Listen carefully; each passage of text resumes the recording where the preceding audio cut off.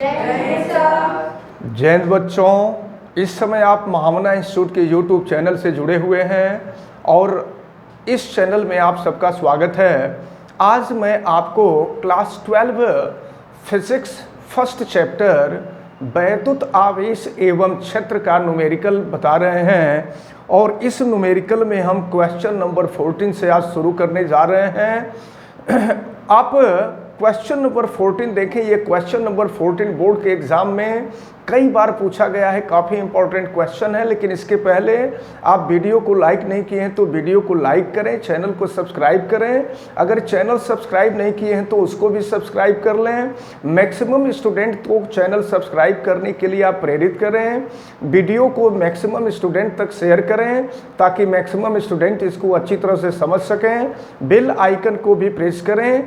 किसी भी प्रकार की कोई दिक्कत समझ में आती है तो आप कमेंट भी करें। चलिए शुरू करते हैं। पहले चैप्टर फिजिक्स हिंदी माध्यम का क्वेश्चन नंबर 14। क्वेश्चन नंबर 14 जो दिया हुआ है आप ध्यान से देखें कि चित्र में, चित्र बोर्ड पर दिया हुआ है, आप चित्र देख सकते हैं, बोर्ड पे है। तो चित्र में किसी एक समान स्थिर वैद्युत क्षेत्र, एक समान वैद्युत क्षेत्र यानी ऐसा वैद्युत क्षेत्र जो चारों तरफ एक समान है और स्थिर है, मतलब वैद्युत क्षेत्र के मान में किसी प्रकार का कोई परिवर्तन नहीं होता है, इसका मतलब कि स्थिर है।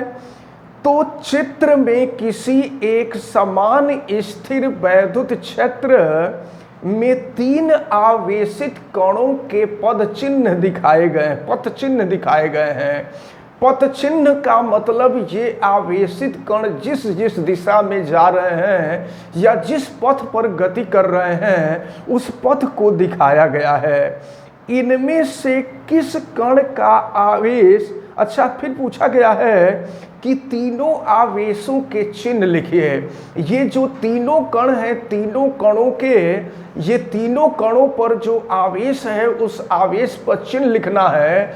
यानी आपको बताना है कि किस पर धन आवेश है और किस पर ऋण आवेश है। और फिर इसके बाद आपसे प्रश्न पूछा है कि इनमें से किस कण का आवेश द्रव्यमान अनुपात। तो देखिए आवेश द्रव्यमान अनुपात नॉर्मली Q/m होता है, लेकिन यहाँ पर इलेक्ट्रॉन होगा तो Q के जगह पर E हो जाएगा E/m। Q/m को हम विशिष्ट आवेश भी कहते हैं।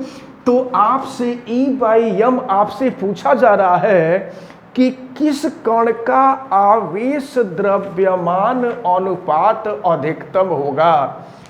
तो चलिए देखते हैं। सबसे पहले आपसे पूछा जा रहा है कि किस कण का आवेश, किस कण पर कौन सा आवेश है। तो जरा फिगर का अध्ययन कर लिया जाए। फिगर को आप ध्यान से देखें।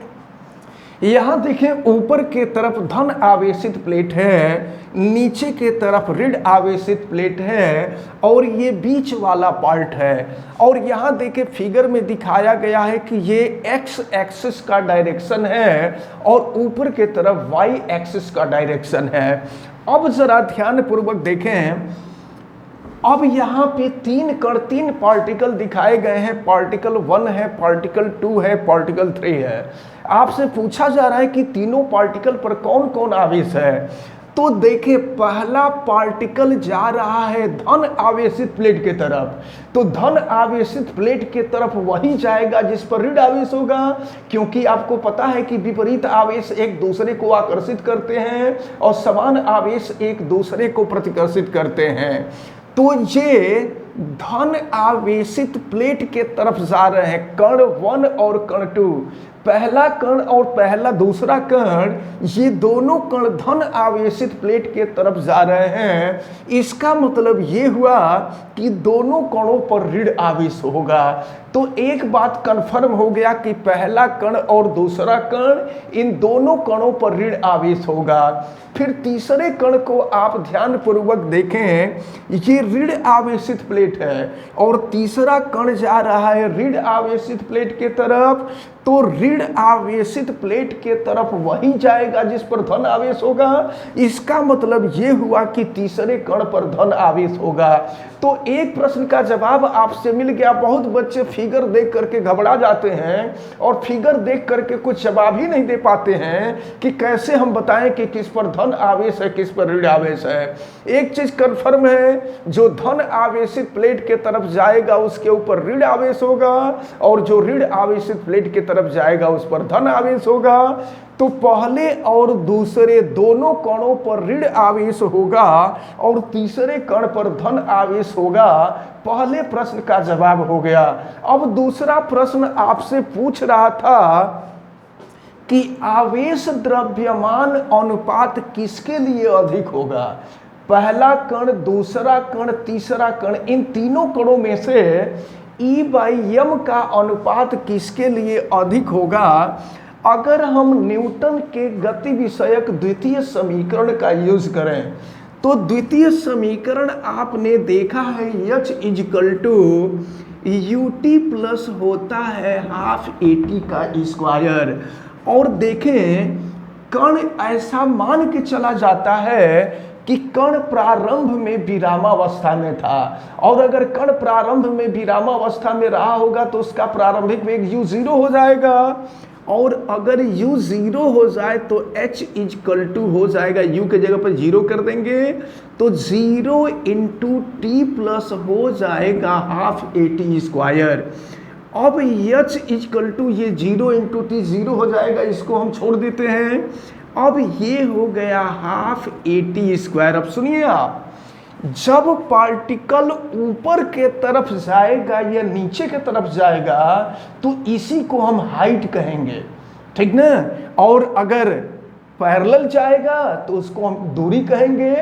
तो अब देखें, ये पार्टिकल ऊपर के तरफ जा रहे हैं, पार्टिकल नीचे के तरफ जा रहे हैं, तो ऊपर के तरफ का डिस्टेंस या नीचे के तरफ के डिस्टेंस को हम y से रिप्रेजेंट करेंगे, क्योंकि ऊपर के तरफ या नीचे के तरफ का जो डिस्टेंस जो एक्सिस होगा वो y एक्सिस होगा। तो अब हम h के जगह पे y करेंगे और ये हो गया हाफ। अब हम न्यूटन के गति विषयक द्वितीय नियम का प्रयोग करें तो F = होता है ma, और यहाँ से a की वैल्यू निकालें तो हो जाएगा F/m। हम यहाँ पर a के जगह पे कर देते हैं F/m, और ये हो गया t का स्क्वायर। अच्छा, यहाँ पर वैद्युत क्षेत्र है और आपको पता है कि वैद्युत क्षेत्र E = F/q होता है, लेकिन याद रखे रहें क्वेश्चन में E/m पूछ रहा है, इसका मतलब कि इलेक्ट्रॉन के लिए पूछ रहा है, और इलेक्ट्रॉन का आवेश E होता है तो E हो जाएगा। और यहाँ से अगर हम F की वैल्यू निकालें तो स्मॉल e × कैपिटल E हो जाएगा। तो y = हाफ, और F के जगह पर E × कैपिटल E अपान हम कर देंगे m, और ये हो जाएगा t स्क्वायर। अब जरा आप आगे देखें क्या मिल रहा है, ये यहाँ मैं लिख रहा हूँ। तो देखें, y = जे E/m को हम यहाँ कर दे रहे हैं, E/m को हम यहाँ कर दे रहे हैं, और ये है ET स्क्वायर अपान 2 हो जाएगा, ET स्क्वायर अपान 2। देखिए, E वैद्युत क्षेत्र है, T टाइम है, और 2 तो नंबर है। ये यहाँ जितना भी नंबर देख रहे हैं टोटल नंबर कांस्टेंट है। अगर ये टोटल नंबर कांस्टेंट है तो y = E/m, और इसके जगह पे हम कोई कांस्टेंट के रख दे रहे हैं। और आपको पता है कि कांस्टेंट हटा करके अनुक्रमानुपाती चिन्ह जोड़ा जा सकता है। हम कांस्टेंट हटा करके अनुक्रमानुपाती चिन्ह जोड़ देते हैं E/m। इससे एक बात स्पष्ट हो रही है, y विस्थापन है, डिस्प्लेसमेंट है। तो जिसके लिए y की वैल्यू ज्यादा होगी उसके लिए E/m का ज्यादा होगा। माने y का मतलब विस्थापन, जिस कण का विस्थापन ज्यादा होगा उसके लिए E/m का मान भी ज्यादा होगा। और आपसे यही पूछा जा रहा है कि E/m का मान किसके लिए ज्यादा होगा। तो अब आप देखिए फिगर में आपके सामने 3 कण हैं, पहला कण, दूसरा कण और तीसरा कण। आप देख लीजिए कि तीनों कणों में से किस कण में विस्थापन ज्यादा हो रहा है। तो ये जो तीसरा कण देख रहे हैं, तीसरे कण में विस्थापन ज्यादा हो रहा है। और जिस कण में विस्थापन ज्यादा होगा उसी के लिए E/m का मान अधिक होगा। तो आपसे प्रश्न में यही पूछ रहा था कि इनमें से किस कण का आवेश द्रव्यमान अनुपात यानी E/m का अनुपात अधिकतम होगा। तो तीसरे कण के लिए विस्थापन अधिकतम है, इसके लिए E/m का जो मान है यह अधिकतम होगा। तो ये रहा क्वेश्चन नंबर 14 और हमें उम्मीद है कि क्वेश्चन नंबर 14 सबको समझ में आ गया होगा। ये क्वेश्चन काफ़ी इंपॉर्टेंट था और बहुत इजी था। ये बोर्ड के एग्जाम में आपसे कई बार पूछा गया है। अब इसके बाद हम लोग क्वेश्चन नंबर 15 को देखेंगे। और क्वेश्चन नंबर 15 से पहले हम आपको फिर बता दें, अगर वीडियो को लाइक नहीं किए हैं तो वीडियो को लाइक ज़रूर करें, चैनल को सब्सक्राइब नहीं किए हैं तो चैनल को सब्सक्राइब भी कर लें, बेल आइकन को भी प्रेस करें और आवश्यकता समझ में आने पर कमेंट भी करें। चलिए हम शुरू करते हैं क्वेश्चन नंबर 15 और इसको हम इरेज करते हैं।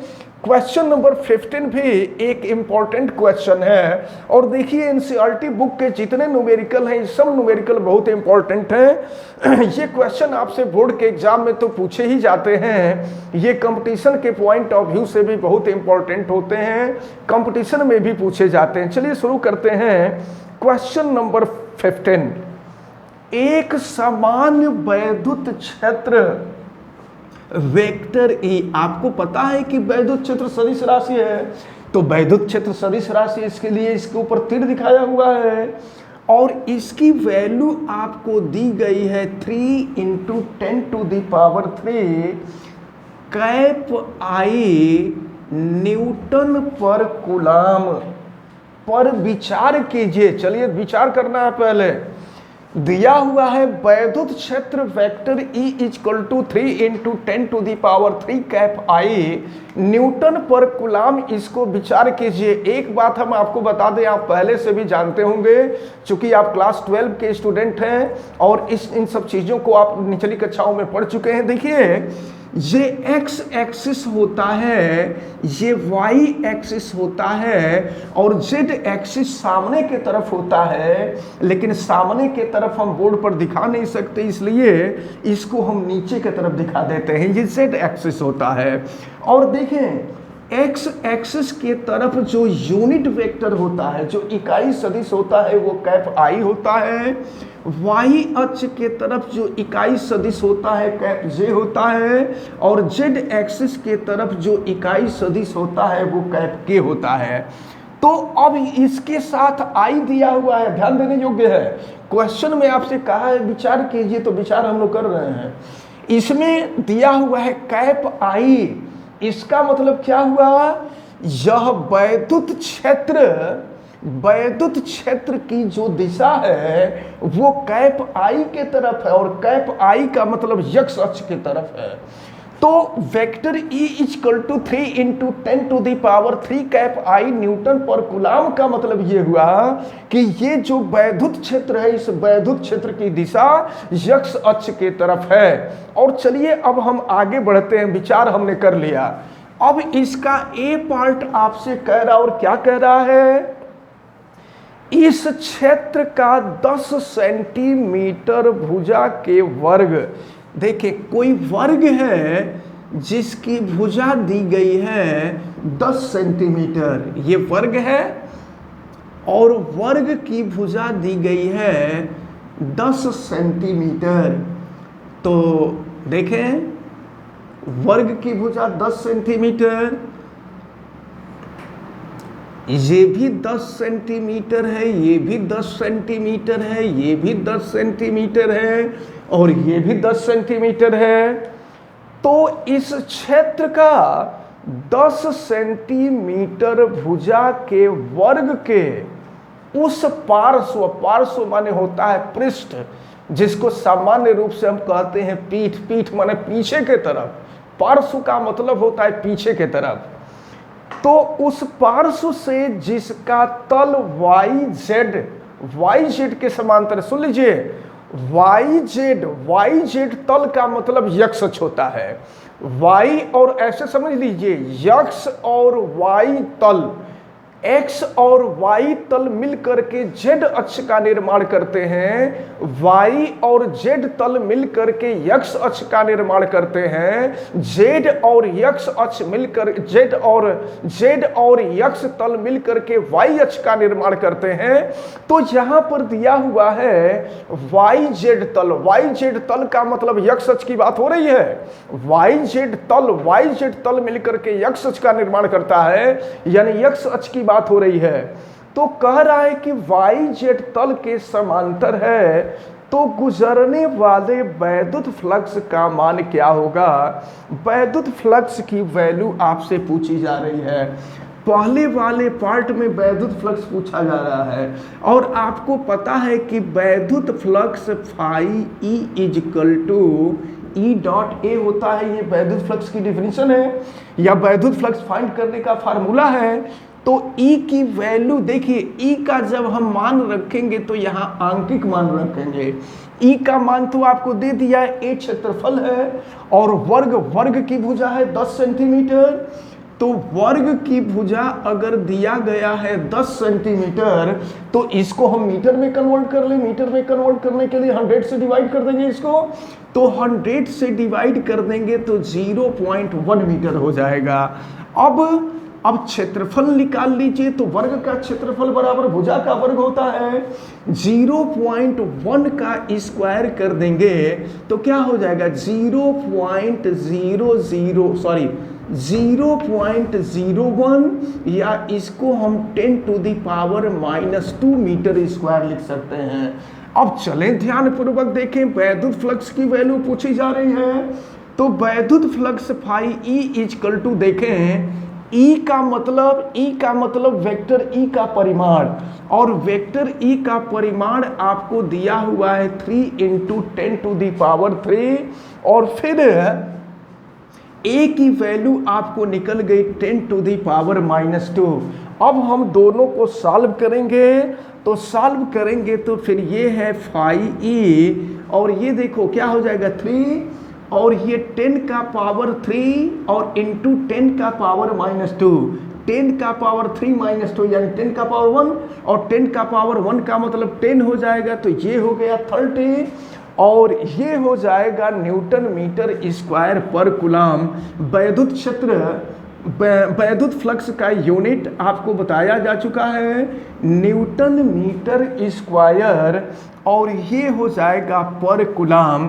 तो ए पार्ट में आपसे वैद्युत फ्लक्स पूछा जा रहा था, ये वैद्युत फ्लक्स का सलूशन रहा, इसको आप अच्छी तरह से तैयार किए रहेंगे। अब इसी में एक सेकेंड पार्ट आपसे पूछ रहा है।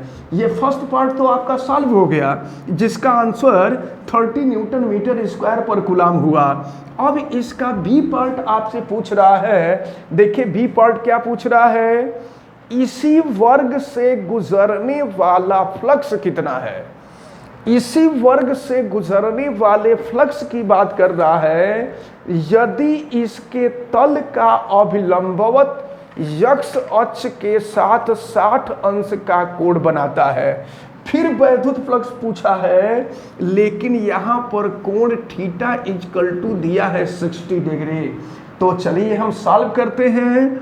वैद्युत फ्लक्स आपसे पूछा जा रहा है, तो वैद्युत flux phi E equal to vector E dot A होता है और आपको पता है कि A dot B equal to A B cos theta होता है। तो अगर वेक्टर E का परिमाण E हो और A का परिमाण A हो और इनके बीच का कोण थीटा हो, तो ई ए कॉस थीटा हो जाएगा। फाई ई इजकल टू ई की वैल्यू, तो ई की वैल्यू 3 इंटू 10⁻³ था और ए की वैल्यू हम लोग निकाल ही चुके हैं। ए की वैल्यू 10⁻⁻² और कॉस थीटा यानी कॉस 60 डिग्री। तो चलिए सॉल्व करते हैं। फाई ई इजकल टू ये 3 और 10⁻³ वही 10 हो गया, 10⁻1 यानी 10 हो गया। और cos 60 की वैल्यू क्या होती है बेटा? 1/2 होती है ना। जवाब भी दिया करिए, जवाब देने में कोई दिक्कत ना हो। और फिर 2 से इसको कैंसिल कर देंगे तो 5 हो जाएगा, यानी फाई ई इजकल टू ये हो जाएगा, हम यहाँ लिख देते हैं फाई ई की जो वैल्यू होगी यह 15 और यूनिट वही हो जाएगा न्यूटन मीटर स्क्वायर पर कूलम। तो ये आपका क्वेश्चन नंबर 15 था और ये क्वेश्चन नंबर 15 भी बहुत इम्पॉर्टेंट है। और अब इसी से रिलेटेड क्वेश्चन नंबर 16 भी है। इस क्वेश्चन नंबर 16 को भी हम देख लेते हैं। ये क्वेश्चन हमें उम्मीद है कि आप सबको अच्छी तरह से समझ में आया होगा, और अगर समझ में आया होगा तो वीडियो को लाइक जरूर कीजिएगा और मैक्सिमम स्टूडेंट तक इस वीडियो को शेयर भी कीजिएगा। चलिए हम इसके बाद आते हैं क्वेश्चन नंबर 16 पर, और क्वेश्चन नंबर 16 देखते हैं। इसी से रिलेटेड क्वेश्चन है क्वेश्चन नंबर 16। और देखिए क्वेश्चन नंबर 16 में दिया हुआ है कि क्वेश्चन नंबर 15 में प्रश्न नंबर जो 15 था अभी जिसको हमने पढ़ा है, क्वेश्चन नंबर 15 के एक समान वैद्युत क्षेत्र का 20 सेंटीमीटर भुजा के किसी घन, यहाँ देखिए घन है, यहाँ वर्ग नहीं है। पिछले वाले क्वेश्चन में वर्ग दिया हुआ था, यहाँ घन है। तो आपको पता है कि घन जो होता है वो 3 डायमेंशनल होता है। ये घन 3 डायमेंशनल है। तो देखें घन 3 डायमेंशनल होता है। अब इसको दिया हुआ है 20 सेंटीमीटर भुजा, इसका मतलब इसकी लंबाई चौड़ाई और ऊंचाई तीनों 20 सेंटीमीटर है। ये लंबाई है 20 सेंटीमीटर, ये चौड़ाई है 20 सेंटीमीटर, ये ऊंचाई हो जाएगी 20 सेंटीमीटर। और फिर देखें आपसे कह रहा है कि प्रश्न 15 में एक समान वैद्युत क्षेत्र का 20 सेंटीमीटर भुजा के किसी घन से जो इस प्रकार अभिविन्यासित है, अभिविन्यासित का मतलब व्यवस्थित है, इस प्रकार व्यवस्थित है कि उसके फलक निर्देशांक तलों के समांतर हैं, तो इसका नेट वैद्युत फ्लक्स क्या होगा? नेट वैद्युत फ्लक्स क्या होगा? तो देखिए वैद्युत फ्लक्स का एक डायरेक्शन इधर के तरफ होगा और दूसरा डायरेक्शन इसके पीछे के तरफ होगा, क्योंकि कहा है कि भुजा वैद्युत क्षेत्र इसकी भुजा के समानांतर है। तो भुजा के समानांतर होगा तो इधर होगा तो भी समानांतर होगा, इधर होगा तो भी समानांतर होगा, दोनों स्थितियों में समानांतर होगा। लेकिन इस दिशा में होगा तो थीटा इजकल टू 0 डिग्री बनेगा, और इस दिशा में होगा तो थीटा इजकल टू 180 डिग्री का एंगल बनेगा, क्योंकि डायरेक्शन अपोजिट हो जाएगा, और डायरेक्शन अपोजिट हो जाएगा तो एंगल चेंज हो जाएगा। तो अगर इधर इस डायरेक्शन में वैद्युत फ्लक्स हम मान लेते हैं फाई E1, और इस दिशा में अपोजिट डायरेक्शन में वैद्युत फ्लक्स को हम मान लेते हैं 5E2, हम आपको क्वेश्चन नंबर 16 बताने जा रहे हैं। तो चलिए फाई E इजकल टू होता है, अभी आपने देखा है E.A और वेक्टर E.A, तो फिर हमने सॉल्व किया था। तो वेक्टर E का परिमाण E था, वेक्टर A का परिमाण A था, इनके बीच का कोण थीटा, तो phi E equal to EA cos theta. अब हम फाई E1 निकालेंगे, तो फाई E1 निकालने के लिए थीटा इजकल टू 0 डिग्री रखेंगे। फिर ये हो गया आपका EA और ये हो गया cos 0 डिग्री। और चलिए देखते हैं φE1 इजकल टू का 0 की वैल्यू 1 होती है तो ये हो जाएगा आपका EA। अब हम φE2 की वैल्यू निकालेंगे, अपोजिट डायरेक्शन के लिए निकालेंगे। तो अपोजिट डायरेक्शन के लिए फार्मूला यही होगा EA और cos 180 डिग्री हो जाएगा। cos 180 की वैल्यू -1 होती है, पता है आप सबको। ये सारी चीजें आपको बिल्कुल कंप्लीट रहनी चाहिए और इस समय जो आप जितनी चीजें पढ़ रहे हैं ये बहुत इंपॉर्टेंट है। अब ये φE2 इजकल टू cos 180 की वैल्यू -1 यानी ये हो जाएगा -EA। तो आपसे प्रश्न में पूछा जा रहा था कितना नेट फ्लक्स गुजरेगा, कितना नेट वैद्युत फ्लक्स गुजरेगा। तो नेट वैद्युत फ्लक्स का मतलब कुल वैद्युत फ्लक्स आपसे पूछ रहा है। तो कुल वैद्युत फ्लक्स अगर फाई हो तो दोनों वैद्युत फ्लक्स को हम जोड़ देंगे। तो पहला वाला जो वैद्युत फ्लक्स है वो φE1 है और दूसरा वाला जो वैद्युत फ्लक्स है वो φE2 है। हम दोनों को जोड़ देते हैं तो φ इजकल टू φE1 की वैल्यू है EA और φE2 की वैल्यू है -EA। दोनों एक दूसरे से कैंसिल हो जाएंगे, 0 हो जाएगा।